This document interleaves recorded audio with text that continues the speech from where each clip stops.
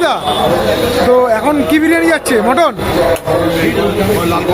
এই যে লাল কন্টেনারে মাটন বিরিয়ানি যাচ্ছে এক একটা। দেখি এই যে মাটনের পিস কত করে এখন কার্তিকদা? 200 গ্রাম দাদা। 200 গ্রাম। দেখো দেখো। আচ্ছা কার্তিকদা, এই যে সুন্দর বিরিয়ানি যাচ্ছে, কি সুন্দর।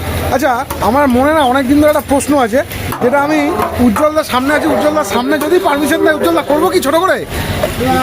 হ্যাঁ, এই যে তোমার দোকানে যারা যারা আছেন সবাই তো তোমার ভাই, কর্মচারী কি কেউ আছে? হ্যাঁ কার্তিকদা, দাদা বলতে পারবে, আমি কি বলতে পারি? বলো উজ্জ্বলদা, এটা আমার অনেক দিনের প্রশ্ন।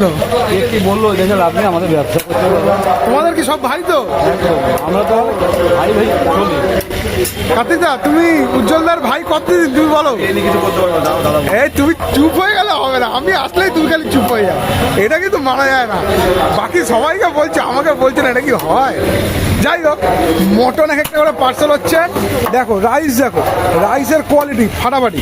এই সেই উজ্জ্বলদার বিরিয়ানি, ফাটাফাটি।